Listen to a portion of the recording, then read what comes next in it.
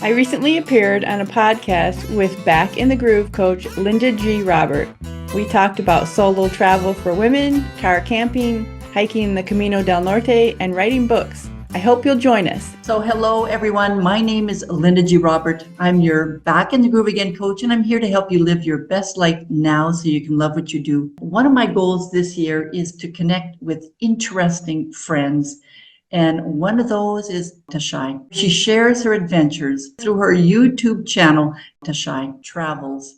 Welcome, welcome, welcome. I don't know where to begin. Well, I was talking with some ladies yesterday about solo travel. Right, perfect. And just the feeling of people not wanting to do it because they feel like they'd be lonely. Yes, that's a great place to start. So why don't you tell us a little bit about it? Because I know last summer you went on a trip, right? Alone. Yeah, Right. I went on a month-long trip, sleeping and camping in my car. And I went from the Midwest through to California, to the coast, and then back again. And it was solo. And I got a lot of women saying, "You're so brave," and "I could never do that," and aren't you lonely?" And honestly, I had about 10 minutes of loneliness the whole month. It was all because of mindset. Yeah. You know, there were plenty of times where I could have been lonely, but if you Yeah. have the right mindset and you're not looking at what you're missing, you're looking at, I'm here now, live in the moment, and I'm free to do whatever I want. I mean, I visited about 6 friends along the way, and I met some new acquaintances, talking to people in a restaurant or at a, activity or whatever. And so it's all in your mind and how you look at it. I hear you. And, one of the things that I hear with some of the people that I work with is, because I do travel by myself most of the time, is how can you do that? Yeah. Aren't you afraid? Right? Yeah. Aren't you afraid? It's not so much the loneliness piece that they're concerned about at that time, but it's the fear of even Yeah. doing it, right? I got that too. Yeah. Sure. So how Especially did you? because I was sleeping in my car at Yeah. campgrounds and things. They were like, and a couple times I stayed at rest stops because I did build a bed in my car. Outfitted my car as a little RV. So I had a bed, kitchen, I had bathroom facilities. And so they were definitely like, "Aren't you afraid?" Right. And again, it's mindset. I mean, Right. obviously you want to be careful. When I did look at your channel, one of the things that I loved that I had no clue, because you were setting up your tent, and I believe you put men's boots or something like that outside of your tent or something like that, right? Somebody did suggest I do that. I actually have a chair that I Okay. put out, and I have what I call a decoy tent because Right. I Okay. I wasn't Decoy.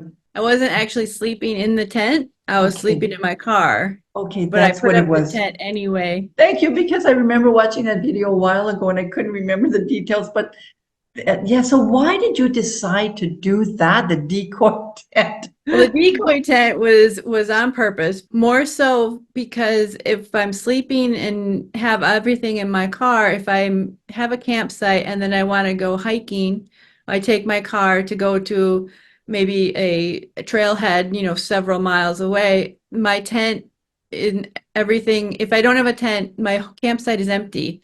So it Right, looks like I vacated the site. right, And so yeah, they may yeah, think, "Oh, she's not there. I'm going to cancel the reservation." right, So yeah, main good point. reason was to keep my site, Yeah. but it does also work for safety too. When we go camping or we drive, we do come across some problems sometimes. Did you come across any problems at all?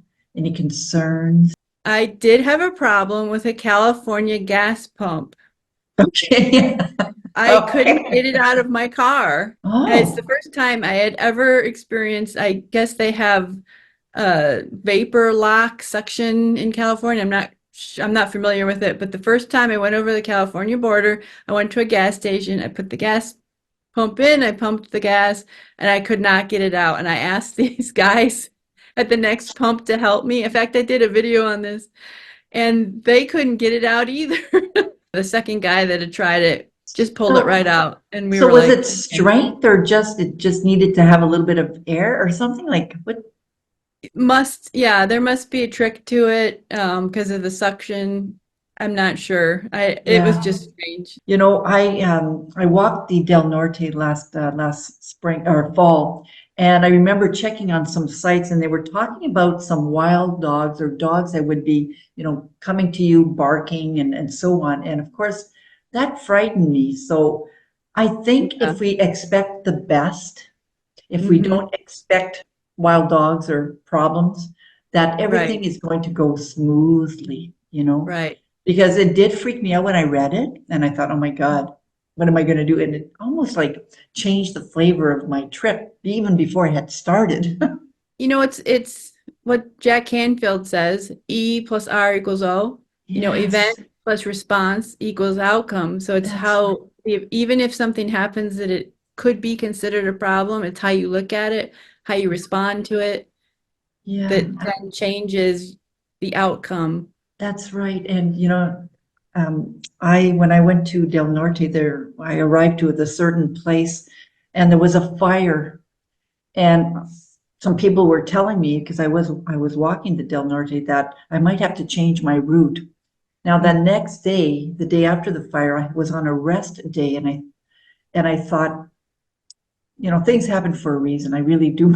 I do believe things happen for a reason, so I didn't have to really worry about it.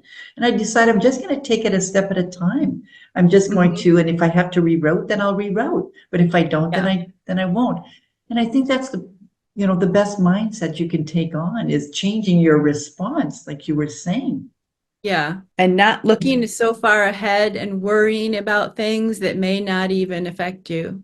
There are a lot of women that want to travel by themselves and they're so afraid of doing it for Yeah. different reasons. Let's talk about that loneliness piece a little bit. Why do you think women, or probably women more than men, are concerned about this loneliness factor? To go off on what's traditionally would be considered maybe a man's thing, where you go off on a journey, the hero's journey. It's not the heroine's journey, it's the Right, hero's journey. right. Yeah. So it's kind of counter to the old programming, And we and got to especially, change that, right? yeah, especially older women. I mean, younger women, there's a lot of women in their 20s who are just doing incredible things. But older women, we weren't taught that stuff. And there wasn't this support then too. I mean, we didn't have cell phones, we didn't have quick connections if we got in trouble, things like Yeah, that. But we do now, yes, and it's yes. definitely doable for sure. Yes. I'm just remembering when I worked at the Vanier Community Service Center when I lived in Ottawa.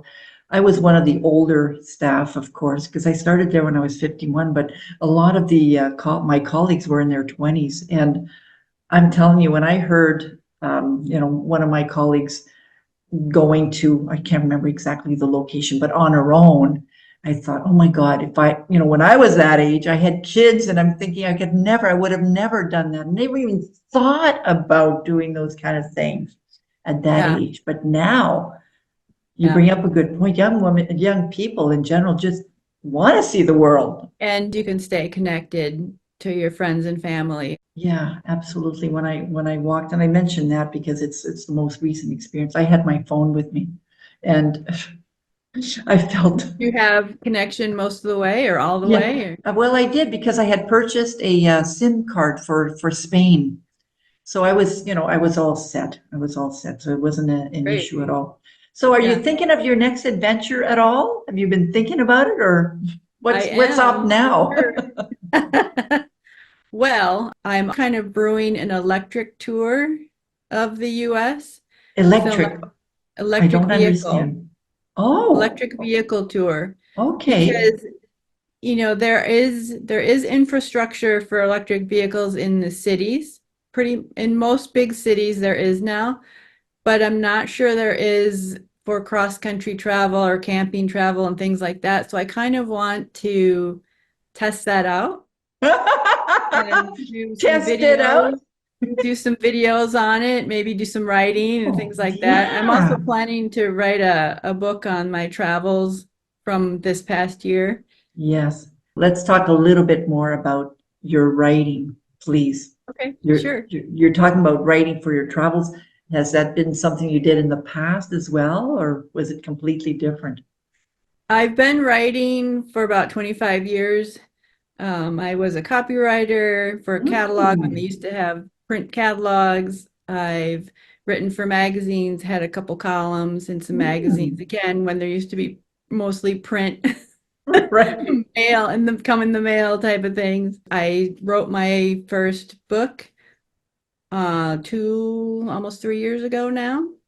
And I have two more coming out hopefully in a month. So that'll Good be a for total you. of four. You know, writing a book is long. I'm in the process of well, finishing the editing of one of the books that I've written, and it's a lot of work, okay? It is. Yeah. So what do you do to motivate yourself to finish this thing, this baby, this project?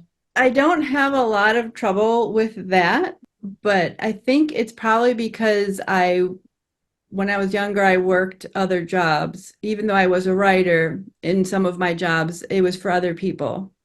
And so I had all these things kind of backing up the ideas. Like I said, I have like 10 books right now. Well, I had even more on my list then. And so it's kind of like I'm getting older and when am I going to do this stuff? And so that's kind of my motivation when the time is now. If Yes, not now, when? yes, That that's kind of right. thing. And Yeah. I do sometimes get stuck in certain parts of it. Like I may have in the middle might be like, oh, I don't want to write this part right now. So then I'll go to the end. I don't feel Oh, like you have to write a book in order. right. That's a So if good you're stuck point. on a certain part, go to a different part and Right. start writing. And then I'm a big Yeah. fan of habit tracking. One of my books that I wrote is actually a habit tracker. Oh, I love that looks of it. That's your Yeah. book? Yeah. Wonderful. So I track habits every day and I'll check them off, and which definitely helps motivation because if I don't fill it in, then I'll notice, and it's very visual. Let me show you an example. Here's one that I filled in already. Oh, it's I can see where I've missed. And so then I'll be like, I'm not living up to what I want, and this is where I'm not doing as good a job, and so let's do better. It really helps for me. right. I guess it's available on Amazon. I'm assuming. I don't know. Where is it Yes, available? all my books are available on Amazon and also through Barnes and Noble and other retailers. They can order them. Is there anything else we would like to know?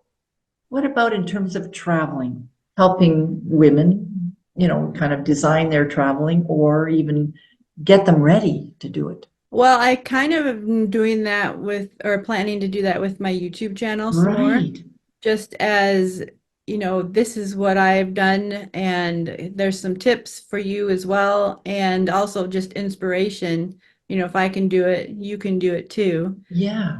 Yeah, It's I still think, a yeah. young channel, but it's growing. And you're providing different tips by doing it, by actually showing them. Yeah, And yeah. that is definitely inspirational. Great. And thanks again for meeting with us. And I hope that you have a Thank you. wonderful new adventure. Yay, me too. Please like and subscribe, it really helps. And until next time, this is Tashai. Have fun on your travels.